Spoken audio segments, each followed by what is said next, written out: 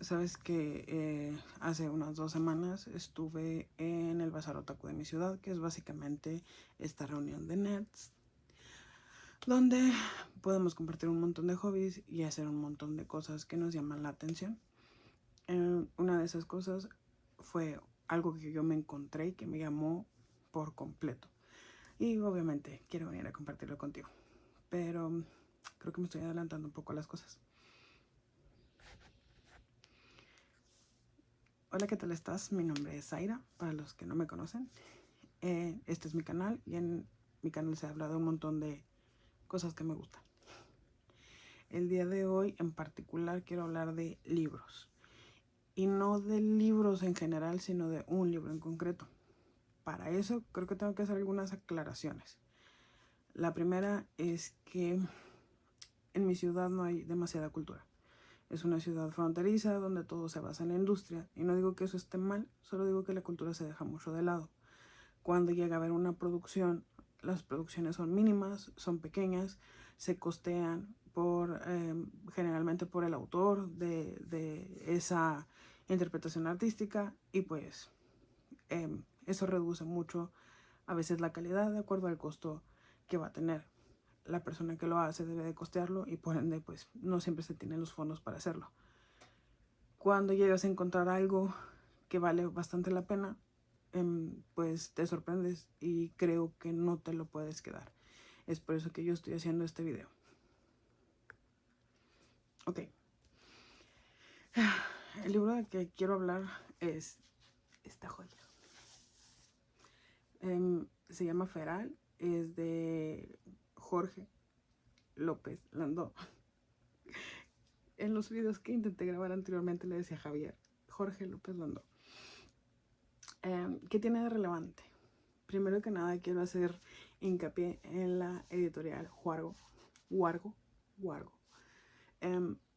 porque es una editorial local, meramente de mi ciudad. ¿Qué tiene de relevante esta editorial? El objeto, el libro como objeto, pese a que es de pasta blanda, es un muy buen objeto. Se nota que está hecho con calidad. Y una de las cosas que primero noté que más me gustó es la maquetación. Ahí se cayó. Es la maquetación. Hicieron una maquetación espectacular en la entrada de cada uno de los cuentos. Se nota que le pusieron además de cabeza un montón de corazón. No lo dejaron solamente en que fuera el producto listo y ya está, sino que se viera excepcionalmente bien. Al final, lo dejaré unos momentos para que puedan escanearlos. Al final vienen los contactos de la editorial como tal, de la página, de su Facebook y de su Instagram en la parte de abajo. Yo les voy a dejar igual los links en la caja de descripción, pero quería hacerlo notar porque como objeto se nota que hicieron un trabajo excepcional y un intento bastante grande porque fuera un producto de calidad, que no solamente se tratara de un libro más que se publicó entre amigos para ver cuánto se saca, para ver si llega lejos, no, se intentó por medio de esta editorial hacer un trabajo bastante bien hecho. Y pues viene con regalitos, como los separadores referentes a algunos de sus libros. En mi caso, porque encima tienen paquetes en oferta,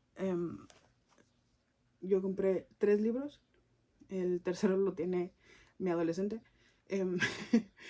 Y pues básicamente este ya lo leí, este es el que acabo de empezar y el de mi adolescente, que no sé si algún día voy a poder echarle una mano a ese libro. Ahora, ¿por qué quiero hablar de este libro? Y voy a extender bastante en esto. Voy a ir cuento por cuento, principalmente pues gracias a los autores porque amablemente me lo firmaron. ¿Y por qué quiero hablar de este libro? Porque creo que cuando algo está bien hecho es necesario decirlo. Antes de tener un poco de pena. Antes de tener este canal, yo tengo un blog escrito, ya lleva 12 años en línea y afortunadamente me han llegado escritos de todo tipo. Me han llegado escritos autopublicados, me han llegado escritos de editoriales pequeñas. Y no quiero decir que todos sean de mala calidad. De hecho, tengo libros excelentes en mi repertorio de personas que me los hicieron llegar amablemente. Pero también he notado que muchas veces pecan de ya está todo bien. Entonces así lo voy a dejar. No voy a pasar por un proceso editorial o no voy a pasar por un proceso de revisión para asegurarme de que todo esté perfecto. Yo creo que sí está bien y así lo voy a lanzar al público. Y luego vienen las críticas, que a veces no les gustan, a veces se molestan y demás. Intento por lo general no hacer este tipo de críticas o criticar los libros que me mandan o por ende conocer a los autores de los libros. En este caso pues ni modo, pasé por ahí y dije vamos a intentarlo. Para eso tengo que ir por mi libreta mágica donde tengo anotadas todos los datos referentes al libro. Pausa. Ok. Libreta. Crujiente encima. Ok. Voy a ir cuento por cuento. Porque creo que algunos cuentos aportan más que otros, sinceramente. El primero se llama Diabla. Es la primera portada que les mostré. Se los voy a volver a mostrar porque me gustó un montón. Es de mis portadas favoritas. Aquí está. Oh, se fue. Okay. Aquí está. Es esta portada, es este cuento. Diabla. De manera concreta o general. No, de manera general. Creo que el cuento es bastante simple, bastante sencillo, bastante fácil de leer. Y sí lo digo en un sentido no muy agradable. Al menos a mí me enseñaron que un párrafo bien hecho es el párrafo que tiene por lo menos de 6 a 8 renglones mínimo para que la información esté bien dada.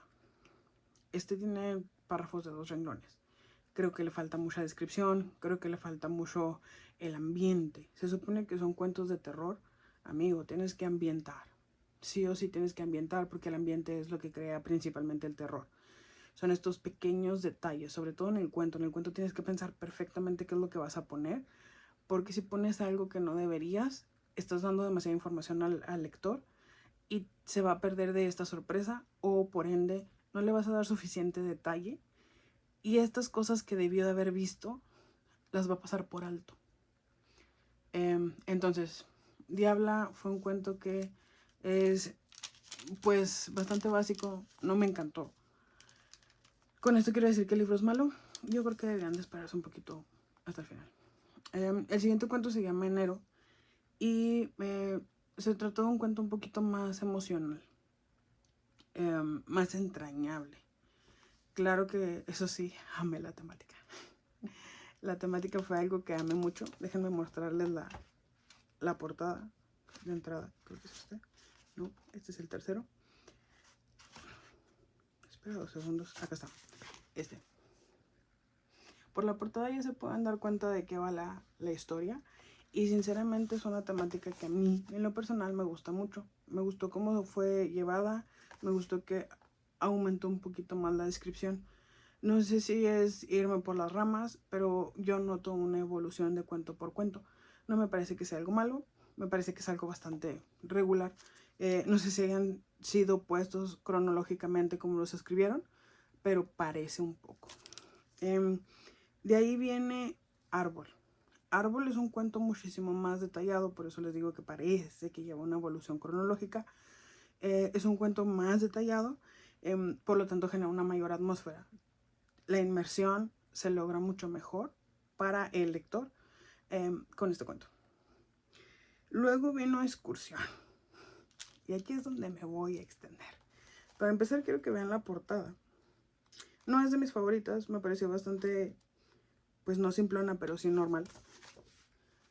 Y creo que hace muy básico que el título coincida con la idea de la historia. ¿De qué va el cuento? De unos Boy Scouts que van al bosque a una excursión.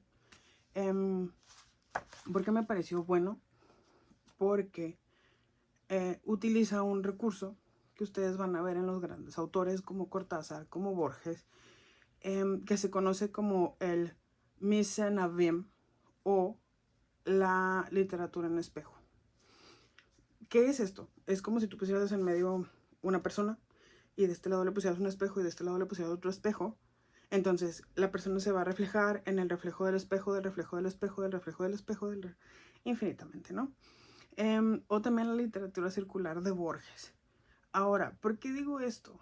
No lo hago para decir, bueno, es esta comparación de estos tipazos que están en un pedestal altísimo contra esta persona que está intentando. No, yo creo que es todo lo contrario. Es este intento de que vean que no salió el escritor de la nada. No agarró un lápiz y una hoja un día y dijo, voy a escribir cuentos y van a ser un exitazo. No, hay recursos que ya sea que los tomó siendo un lector, los aprendió, los analizó e intentó recrearlos, o que los estudió, los aprendió y los recreó. En este cuento está esta literatura de abismo, esta literatura de espejo o esta literatura circular. Yo lo identifiqué sobre todo con cuentos como Continuidad de los parques de Cortázar. Este inicio que es el mismo final y por lo tanto es el inicio de nuevo. Inicio, final. Y inicias de nuevo. Así de simple y así de fácil. Creo que por eso es un cuento mucho mejor construido, porque te da esta sensación de que va a seguir y va a seguir y va a seguir. Entonces no se queda contigo en el lapso de tiempo que duras en leer el cuento, sino que trasciende. Todavía después de que leíste el cuento, de que terminaste y cerraste la hoja, está contigo.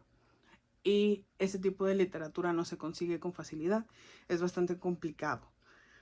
Pasa, por ejemplo, en La Fiesta Brava de Pacheco, ¿sí? En Las Ruinas Circulares de Borges. Todavía te quedas analizando, dándole vueltas a esto que tenías en la cabeza, porque básicamente terminó el periodo en el que leíste el cuento, pero no terminó el cuento como tal. Este cuento me pareció excepcional, me gustó muchísimo. Después de ese tenemos Lapso. Me parece una historia bastante buena, pero aquí noté una cosa. Y es que no tiene demasiada polifonía. Ahora ustedes dirán, háblanos como personas. ¿Qué es la polifonía? La polifonía es la capacidad del autor para hacer que sus personajes tengan voz propia. ¿A qué me refiero? No va a hablar de la misma manera, con el mismo acento, si quieren, una persona del norte a como habla una persona del sur. Y no se trata de una cuestión de racismo, sino de que muchas veces no tenemos el mismo léxico de acuerdo a nuestro bagaje cultural. A mí en la escuela me dieron un ejemplo muy sencillo. Si ustedes van a Canadá, en Canadá era en Canadá, creo que sí, o en Suecia, no sé, en un lugar muy boscoso, tienen infinidad de cantidad de colores de verde. ¿Por qué? Porque es lo que ellos ven. Y una hoja verde no es igual a esta hoja verde. Son diferentes tonos de verde. Y cada color verde se llama de manera distinta. Si ustedes lo traen acá al desierto, para nosotros es verde. Y listo. No implica una cuestión de diferenciación o de discriminación. Es simple y sencillamente que aquello que aprendemos nos define y por tanto se expresa en nuestro lenguaje. Yo hablo de polifonía porque yo estudié literatura. Pero las personas que me ven quizá no estudiaron literatura, son ingenieros, son arquitectos, o quizá es el obrero, o quizá es el ama de casa y no tiene nada de malo. Simple y sencillamente no entienden de entrada qué es la palabra polifonía. A eso me refiero. No es esta cuestión de marcas sociales, por ejemplo, sino que cada quien tiene su lenguaje y en este cuento no es tan marcado. Se nota que es el autor en todo momento, desde diferentes puntos de vista, desde diferentes personajes. Nada más. No hay este cambio real del lenguaje que podamos identificar. Aquí está hablando fulano, aquí está hablando mengano, sin necesidad de tener que leer las acotaciones de dijo fulano, dijo mengano. Esa es la polifonía y en este cuento y en los anteriores falta un poco. No digo que por eso sea malo, pero falta un poco. Luego viene Frío, que la idea general me parece bastante buena, pero igual creo que aquí vuelve a decaer un poco en la cantidad de las descripciones. No me refiero a que tengan párrafos enormes, así a los Stephen King, de 50 renglones de nada más la descripción de la puerta del Overlook. No se trata de eso, pero creo que sí deben de describir un poco más el ambiente para la inmersión. Nada más, nada más. Pero pues intentar mejorar un poco sería todo. Luego viene Navidad. En Navidad voy a sonar quizá un poco fanática extraña, pero creo que la trama se prestaba muchísimo para hacerlo un cuento gore. ¿A qué me refiero? A que sea sanguinario. Sanguinario a lo Evil Dead. Que no tenga sentido. Solamente tripas, tripas, tripas, tripas, tripas. Creo que en ese sentido le faltó. Creo que la trama daba para que hubiera despedazados donde fuera. En cada esquina. Sangre.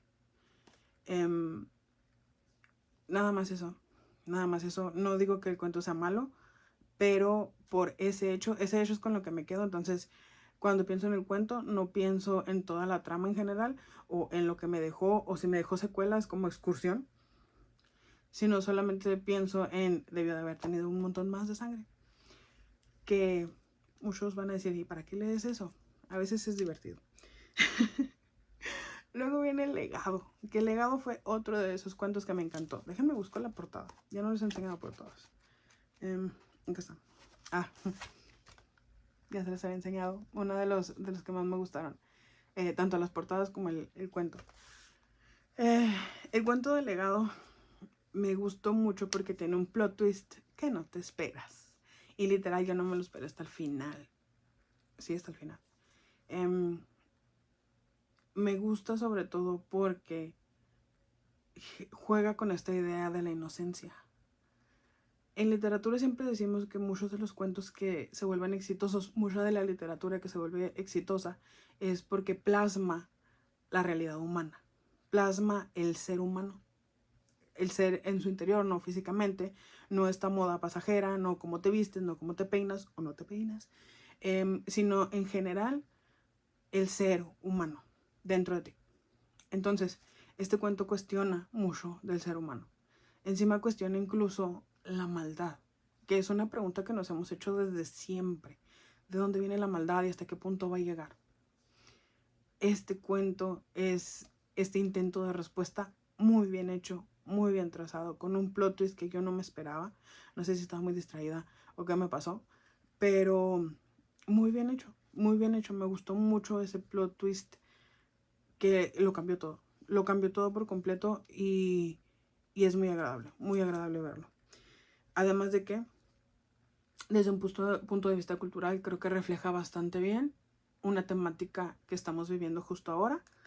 Y no voy a dar más detalles porque si digo dónde se está viviendo esta temática, esta problemática, van a decir, ya sé de qué va. Entonces no la idea. Luego viene Viaje. En Viaje se nota la evolución narrativa. No fue un cuento que me encantara de manera en la trama, pero se nota que las descripciones están mejor hechas, que se concretan más, que los detalles ya se notaron y por ende nosotros como lectores lo vemos, fanáticos, lo vemos. Y se siente más ambientado, entonces la inmersión es todavía mayor. Esa es una de las partes que más me gustaron. Y por último, voy a mostrarles, además de la portada, que es el cuento de Feral, el que le da el nombre al libro, y también la portada. Se trata de un cuento, es el cuento más largo de todos. Todos estos cuentos son bastante cortitos, varían entre las 5 y las 4 páginas, 3 páginas, por ahí. Pero este sí abarca desde la página 65 hasta la 102 que termina el libro. ¿Por qué este cuento estoy haciendo tanto énfasis en él? ¿Por qué me llamó tanto la atención? Primeramente, porque en literatura se habla del canon literario, de esta cosa que no se puede tocar, No puedo decir que no me gusta Cumbres Borrascosas, por ejemplo. Pero no me gusta Cumbres Borrascosas. Luego hablaré de eso. Porque este cuento me agradó. Haciendo un paréntesis, una digresión, dirían los literatos. Haciendo un paréntesis, Neil Gaiman, en su libro Trigger Warning, por ahí hasta arriba, por eso señalo arriba, hizo un cuento sobre Sherlock Holmes. Y muchos pensarán que es un riesgo bastante grande por correr. Es un personaje establecido en la cultura popular. Pero creo que ese hecho de que sea un personaje de la cultura popular implica que cualquiera lo puede tomar y reinventarlo hasta cierto punto. Claro, no lo vamos a poner en un contexto completamente extraño. Entonces, este autor toma a Sherlock Holmes y hace un cuento. Y aquí es donde viene lo divertido. Porque no solamente toma a Sherlock Holmes. Es que pasaría si Sherlock Holmes tiene que investigar el caso de Jack el Destripador. Jack el Destripador es otra de estos íconos de la cultura popular. No por las mismas razones. Y no digo que sus razones sean buenas. Pero todo el mundo lo conocemos. No hay persona en el mundo que no conozca a Jack el Destripador. Y no hay persona en el mundo que no conozca a Sherlock Holmes. Este autor se encarga de conjugarlos. Y me parece una idea bastante buena. Y aquí hay algunos aspectos que me gustan mucho. El primero es que, contrario a Conan Doyle, este autor, ¿sí?, Javier López Dando, se encarga de poner sangre. Sus descripciones de los cadáveres son muy buenas. Incluso hay una muerte que me agrada bastante. No les voy a decir más para que lo lean. Pero hay una muerte que me agrada muchísimo porque describe mientras pasa. Entonces, es más cruel, es más crudo, es más sanguinario, es más terrorífico. No tanto detectivesco, pero sí más terrorífico. Y es una cosa que a mí me gustó muchísimo de este cuento en particular. Segunda, los personajes de Sherlock, muchos son intocables. Para empezar, Sherlock. Luego está Watson, está la señora Hudson. Y dependiendo de la esposa de Watson, suben o bajan. Está Lestrade, el detective, el oficial. Y está el hermano de Sherlock, que también intocable. Y Moriarty pudo haber subido, bajado, matado, torturado, mutilado, bla, bla, bla. Pero esos personajes siempre estaban en este pedestal, los dejaban ahí arriba y que nadie los tocara. El autor, por el otro lado, dice: lo siento, mi cielo, voy a agarrarlos a todos y voy a destruir mentalmente a Sherlock. Y si bien Sherlock es un personaje muy entero, tanto en los libros en los cuentos de Conan Doyle como en este cuento, la realidad es que sí lo quiebra en pedazos. No digo que haya este cambio de Sherlock está tirado en el piso llorando, ya no quiere salir, ya no quiere hacer nada. No.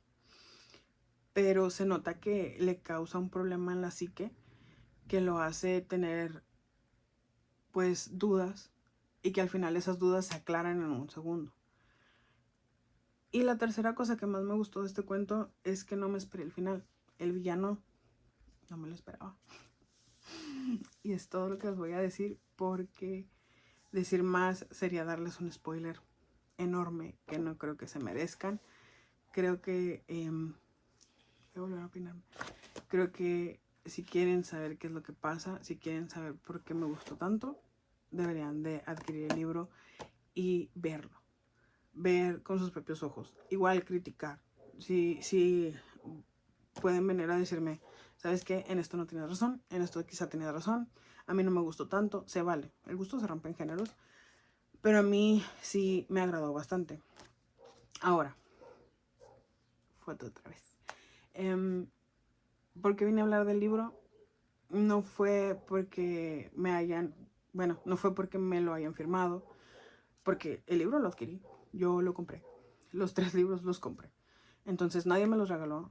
No vengo aquí a hacer publicidad para que todo el mundo compre un libro de alguien que me esté pagando por publicidad. No lo están haciendo, por favor, mi canal está creciendo. Mi blog ha sido de años, pero es escrito. La gente por lo general batalla con los blogs escritos. Y lo hago principalmente porque creo de verdad que cuando algo está bien hecho hay que hablar de eso, más si es local. Porque las editoriales locales en contra de los monstruos de las publicaciones, pues batallan. Y de recomendarles esto. Ay, ese no es. No, tampoco. A recomendarles esto, prefiero recomendarles Feral. Sí, que de A Little Life, ya hablaremos después. Pero por lo pronto, intenten conseguirlo. Yo les voy a dejar todo en la caja de descripción. Y pues una vez más,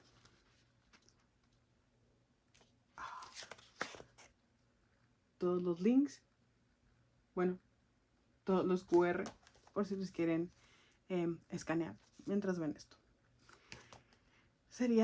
No sería, es todo de mi parte. Espero que tengan un excelente y genial día, casi mitad de la semana.